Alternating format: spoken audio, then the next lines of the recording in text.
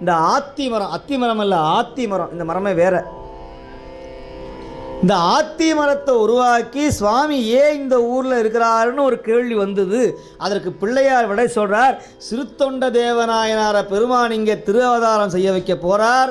அவர் தம் பிள்ளையை கரியறிஞ்சி சோறு போட்டு அன்னம்பாளிப்பு செய்ய போகிறார். அவரை திருப்பரிசோதனம் செய்வதற்காக சுவாமி காபாலிகர் வேடராக இந்த கோயிலுக்கு வரப்போகிறார்.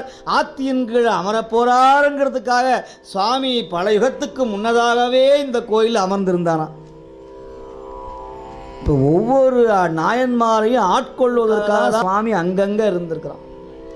இதை எப்படி சொல்கிறீங்க? 84,100,000 யோனி பேதத்தை படைச்சி அந்தந்த உயிர்களை ஆற்றுப்படுத்தணுங்கிறதுக்காக அங்கங்கே கோயிலாக இருக்கிற பெருமான் ஈசன் தான். உயிர்களையும் படைச்சி